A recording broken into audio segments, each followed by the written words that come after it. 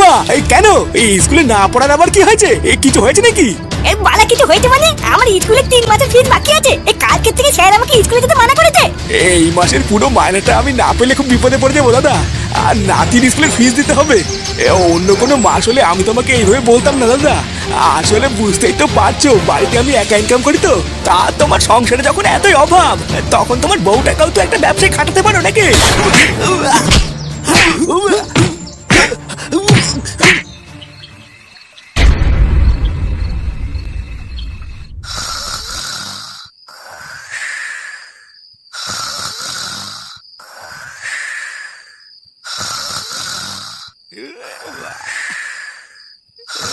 হ্যাঁ, বাড়া কেড়ে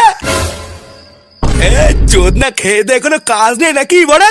এ কি, তুমি এত রাতে মদ খেয়ে বাড়ি এসেছো? হ্যাঁ, ও গিন্নি, তুমি এখনো ঘুমাওনি গিন্নি?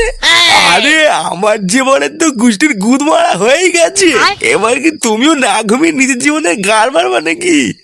যাও গিন্নি যাও, তুমি গিয়ে শুয়ে পড়ে যাও। তুমি সেই সকালবেলায় বেরিয়ে এখন মাঝরাতে ঢুলতে ঢুলতে বাড়ি এসেছো?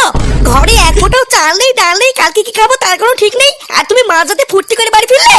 হ্যাঁ ফুর্তি? আমি ফুর্তির আবার কি করলাম গা? মাগি নিয়ে কি ঢলঢলি করেছি নাকি? বহুদিন মদ খাই না, তাই ভাবলাম আজকে একটু খাই, খেয়ে ফেলেছি। এই যাও তো যাও, বাড়া তুমি বেশি মারিও না। ঘরের মাগি, ঘরের মাগির মতো থাকো কি? যাও। এই কি হয়েছে? কি বললে তুমি আমাকে? হাড়িতে একটাও ভাত নেই, সবাই হাত পে থেকে শুয়ে রয়েছে, আর তুমি মাঝরাতে মদ খেয়ে মাতলামি করছো? মরতে পারো না? মরানো হয় না তোমার? তুমি বেঁচে আছো কেন? হ্যাঁ হ্যাঁ, বাড়া মরেই যাবো। ভোদা বাঁচারই ছেলে ওরা আমারও নেই। ভোদা বেঁচে থেকেই বা কি বড় বাল ছিড়ছি, এর থেকে মরে যাই ভালো। বাড়া তুমি দেখো, যেদিনকে ভোদা আমি মদ খাওয়া ছেড়ে দেবো, সেদিনকে আমি মরেও যাবো। তোমার আজকে মাইনা পাওয়ার দিন ছিল না? তার মানে তুমি মাইনা পেয়ে টাকাগুলো এইভাবে উড়িয়েছো? মাইনার বাকি টাকাগুলো কোথায় রেখেছো? দাও আমাকে দাও। আর মায়না, বাড়া মায়না যা পেয়েছিলাম সবই তো রাস্তার মাঝখানে ফেলে কেলিনি, সব চলে গেল। তুমি রাগ করো না, বুঝলা গিন্নি? আমি কাল সকালে তোমার সাথে কথা বলছি। হ্যাঁ, এখন ভোদা আমার কথা বলার মুড নেই। এ পল্টু, এ পল্টু। এই কি ব্যাপার, এত রাতে তুই আমার বাড়িতে? আর বলিস না রে পল্টু, একটা বিপদে পড়ে তোর কাছে আসলাম, বুঝলি? এই রাতে বেলায় তুই ছাড়া আমাকে আর এই বিপদ থেকে কেউ বের করতে পারবে না রে। এই কি বলছিস? এই বিপদ মানে কি হয়েছে? এই বাড়িতে সব ঠিকঠাক আছে তো? কোনো সমস্যা হয়নি তো? এই না না, তেমন কোনো কিছু না। মানে আজকে রাতটা তোদের বাড়িতে আমাকে একটু থাকতে দিবি? আমি কথা দিচ্ছি, কোন রকমে আজকে রাতটা কাটিয়ে আমি কাল সকালে চলে যাবো। চোদনার নিজের বাড়ি থাকতে হঠাৎ মাঝরাতে আমার বাড়িতে কেন থাকতে এসেছিস? যা নিজের বাড়ি যা। আরে ঢ্যামনা, একটু বোঝার চেষ্টা কর। নিজের বাড়িতে থাকতে পারলে কি লেওড়া তোর বাড়িতে থাকতে আসতাম নাকি? বাড়া, আমি বিকেল বেলায় বাড়ি আসার সময় নিজের চোখে দেখেছি ওই পাওনাদার গুলো বাবাকে রাস্তায় ফেলে খেলাচ্ছে। আজ রাতে বাড়িতে হাওয়া গরম আছে, বুঝলি? লেওড়া আজকে রাতে বেলা আমি বাড়ি ফিরলে বাবা আমার সেটার তক্তা খুলবে। হ্যাঁ ঠিকই আছে, ভোদা তো চোদন খাওয়াই উচিত। অতই যখন সেটাই ভয়, তখন ধার দেনা করে পালিয়ে বেড়াস কেন? বাড়ায় অত কথা বলে টাইম নেই। তুই আগে বল, আজ রাতে বেলায় কি তোদের বাড়িতে আমাকে থাকতে দিবি? আরে না ভোদা, আমি কি পাগল চোদা নাকি? বাড়িতে আমার বউ বাচ্চা আছে, তোর মতন একটা শুয়ে বাচ্চাকে আমি মাঝরাতে ঘরে ঢুকাবো তুই ভাবলি কি করে? খুব দরকার পড়লে ক্লাবে গিয়ে শুয়ে থাকবে, কিন্তু এইখানে শোয়ার কথা ভাবিস না। আচ্ছা ঠিক আছে, তাহলে আর কি বলবো। আজ রাতটা কোনোভাবে ক্লাবে শুয়ে থাকা ছাড়া আর কোনো রাস্তাও তো নেই।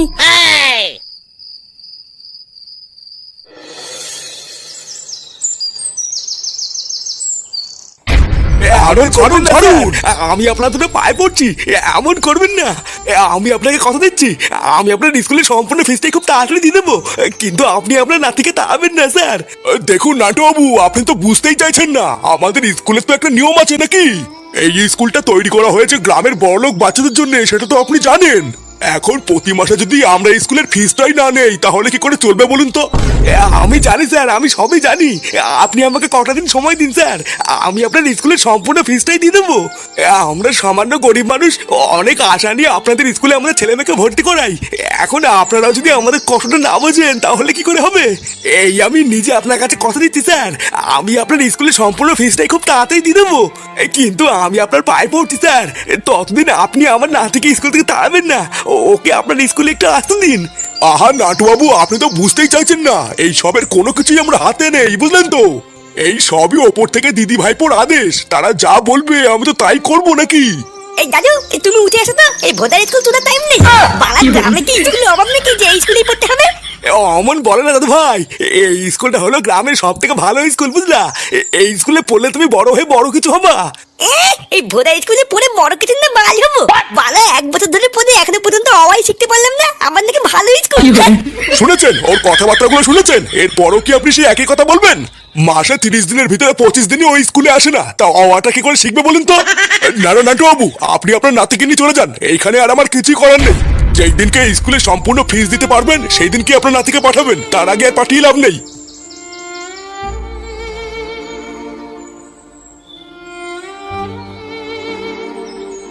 একই রে ফাটা, তুই কদিন ধরে স্কুলে আসিস না কেন? তোর কি হয়েছে নাকি বলতো? আগের মতন আর খেলতেও আসিস না, আবার স্কুলেও আসিস না। আরে শুনলি না, হেড স্যারের সাথে কথা বলছিল, ও তো স্কুলের ফিস দিতে পারেনি রে। ওর নাকি আবার 3 মাসের স্কুলের ফিস বাকি আছে, তাই স্কুলের ফিস না দিলে তোকে স্কুলে ঢুকতে দেবে না। তাই নাকি রে ফাটা, তুই স্কুলের ফিস দিসনি? এই না না, তেমন কিছু না, এই স্কুলের ফিস তো আমাদের জমা দেওয়া হয়ে গেছে। আসলে দাদু ভাইয়ের কয়েকদিন ধরে শরীরটা খারাপ তো, তাই স্কুলে আসতে পারছি না, বুঝলা?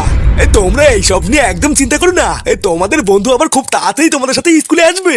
কি মিথ্যা কথা বলে রে এই নারীকে উঠে? আমি নিজের কানে শুনেছি ও 3 মাস ধরে নাকি স্কুলের ফিস দিতে পারছে না। আমার কান মিথ্যা বলতেই পারে না। তোর যদি বিশ্বাস না হয় তুই হেড স্যারের কাছে জিজ্ঞাসা কর।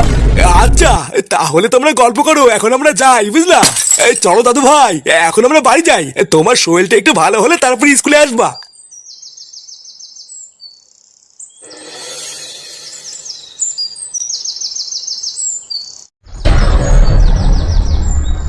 বালা পুরো স্কুলের সামনে আমার মান সামনে পুরো গারমাদা হয়ে গেল। ভূতা, আমি কি কোনোদিন স্কুলে গিয়ে ওদের সামনে দাঁড়াতে পারবো? এই দিদুন, ও দিদুন। ওমা দাদু ভাই, তুমি স্কুল থেকে চলে এসেছো? ব্যাগ রেখে আসো, অনেক বেলা হয়েছে, দুটো খেয়ে নাও। আরে ধুর, বাল খাতে তোমার খাবার। ভূতা, তোমরা কি তাও একটু খুলে বলতো, তোমাদের মতন কি আমাদের কোনো মান সম্মান নেই নাকি? হ্যাঁ ওমা, তুমি এত রেগে আছো কেন? স্কুলে কি কিছু হয়েছে নাকি? কিছু হয়েছে মানে? আজকে আমার স্কুলের সব বন্ধুরা আমাকে দেখে হাসছিল জানো। ভূতা, সবাই আমাকে হেসে হেসে বলছিল আমার নাকি স্কুলের ফিস দেওয়ার ক্ষমতা নেই, তাই স্কুলে আসি না। সালা চুদ না, দাদা আমাকে দেখে ভয় পেতো, তারা আজকে আমাকে দেখে হাসছিল।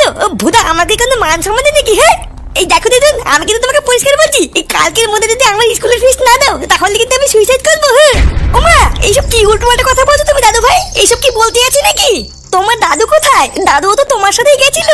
আরে ধুর, দাদু ভূতা কার মানতে গেছে? এই কালকের মধ্যে কিন্তু আমার স্কুলে ফিস দেবো বলে দেখছি। ভূতা মাসে মাসে স্কুলের ফিস দেওয়ার ক্ষমতা নেই, আমার নাকি বড় স্কুলে ভর্তি করেছে। আরে গার মেরেছে। হ্যাঁ এই এত বড় টিফিন করতে করতে আমার জন্য খাবার এনেছিস বলটু? বাড়ার গন্ধ তো শুকে মনে হচ্ছে এর ভিতরে মাংস আছে। হ্যাঁ ভোদার বাল, এটাই কিন্তু আজকে তোর শেষ খাবার। আমি কিন্তু আর বাড়ির থেকে তোর জন্য কোনো খাবার আনতে পারবো না। চোদ না, এই দিয়ে 3 বার হয়ে গেল।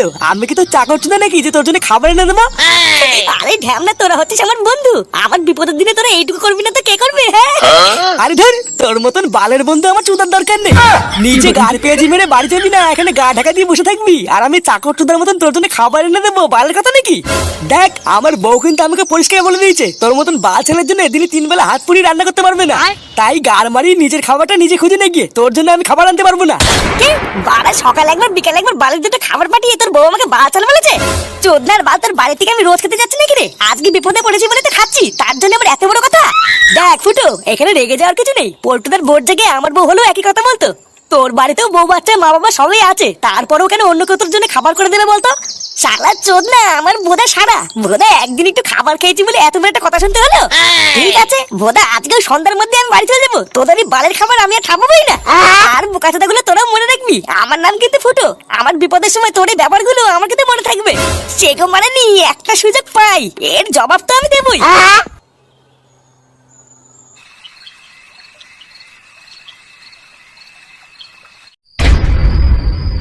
না, এইগুলো কি সহ্য হয়? থালা আছে, খাবার নেই, সারাদিন পর দুটো খাবো, একটু সামনে বসে খেতে দেবে কিনা তা না। গিন্নি, আরে কই গেলে গো গিন্নি?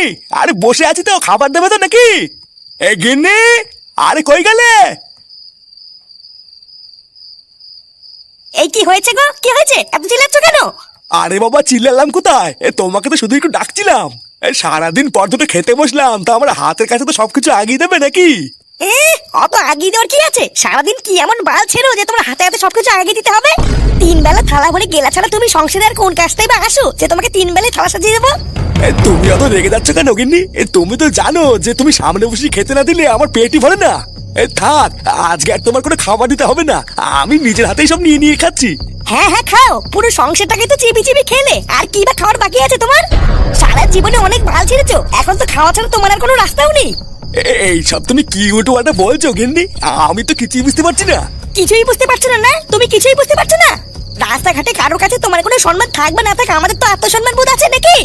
বাড়িতে এতগুলো মানুষ, কাল কি খাবো কাল কি রান্না করবো তার কোনো ঠিক নেই। ওইদিকে ফাটাকেও স্কুল থেকে বের করে দিয়েছে, আর তোমার গায়ে কোনো হাওয়াই লাগে না, তুমি শুধু গেলা নিয়ে পড়ে আছো। তুমি কি মানুষ? আরে আমি তো আমার দিক থেকে যতটা পারছি চেষ্টা করছি তো নাকি? আমি কি আর ঘরে বসে আছি? সকাল থেকে অনেক লোকের কাছেই গেলাম টাকা ধার চাওয়ার জন্য, কিন্তু কেউ টাকা ধার দিতে রাজি না। সেখানে আমি আর কি বা করবো বলো? টাকা ধার করার কথা শুনে প্রথমেই সবাই না করে দিচ্ছে, তাহলে আমি আর কার বা কাছে যাবো আর কার কাছে বা চাইবো? না তো করবেই, কারণ সবাই জানে তোমার কাছে একবার টাকা ধার দিলে সেই টাকা সে পাবে না। শালা আমিও পড়েছি আরেক জেলায়, কি এমন পোড়ার কপাল নিয়ে এসেছিলাম যে আজকের এরকম দিনও আমাকে দেখতে হচ্ছে। দাদু ভাইয়ের মতন ছেলে এসে আমাকে বলে গেল কালকের মধ্যে স্কুলের ফিস না দিলেও সুইসাইড করবে, আর আমাকে সেটা দাঁড়িয়ে দাঁড়িয়ে শুনতে হলো। আচ্ছা, কিছুই যখন তুমি করতে পারবে না তখন তুমি মরতে পারো না? এত মানুষ তো রাস্তায় মরে, তুমি কেন মারো না? বাড়ির থেকে বেরিয়েও তো রাস্তাঘাটে কোনো একটা গাড়ি তলে ঝাঁপ দিতে পারো, তাহলে তো আমরা বেঁচে যাই। সারা জীবন শালা আমি জ্বলে মরছি, যখনই ভাবি এবার একটু ভালো দিন আসবে তখন আরো জ্বলে মরি। আর 5টা বাড়ির পুরুষদেরও দেখি আর একেও দেখি, কোনো কিছু মানানোর ক্ষমতা নেই, সারাদিন শুধু খেতে দাও আর খেতে দাও। ছি! এ মা, ও মা, এই খাবারে কিছু আছে?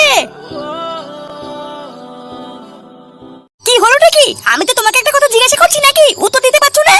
আরে বাড়া কি বলবো নাকি? আর কি বা বাল জিজ্ঞাসা করছো তুমি, খুলে বলো তো। কি বলবে মানে? কালকে রাত থেকে তুমি আজ পর্যন্ত কোথায় মারা দেখেছিলে? কোথায় ছিলে? বাড়া অত কৈফিয়ত কি আমি তোকে দেবো নাকি রে? আমার যেখানে যখন যাওয়ার ইচ্ছা হবে আমি সেখানে দেবো, আবার নিজের ইচ্ছে মতন ধরে বাড়িতেও আসবো। এখানে তুই বলার কে রে? হ্যাঁ, আমি বলার কে মানে? তুমি নিজেকে কি পেয়েছো নাকি বলো তো?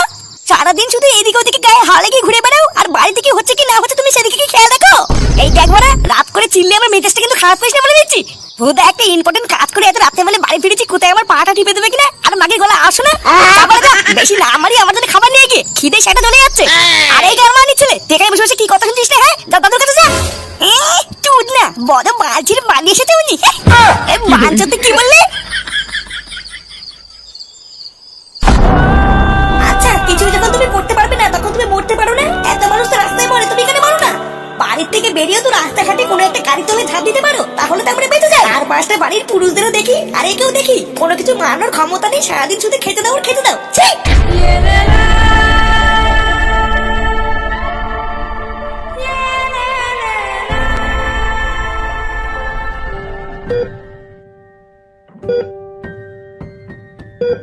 এই সমাজটা বড় কঠিন, বুঝলা গিন্নি? এই কঠিন সমাজে বাঁচতে গেলে তোমার পকেটে টাকা থাকা লাগবে, যদি না থাকে তাহলে তোমার এই সমাজে বাঁচার কোনো অধিকার নেই, এটা আমি বুঝে গেছি।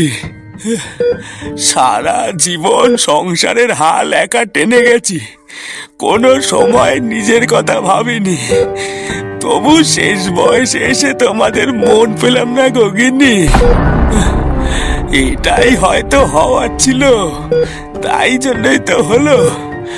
আমার আর তোমাদের কাছ থেকে কিছুই চাওয়ার নেই গো গিন্নি, আমি যা পেয়েছি তাতেই খুশি।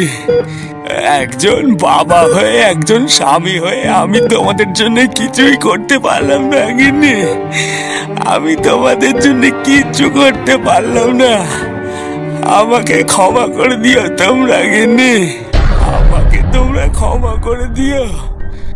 শুনলি তো, একেই বলে বাবা, বুঝলি?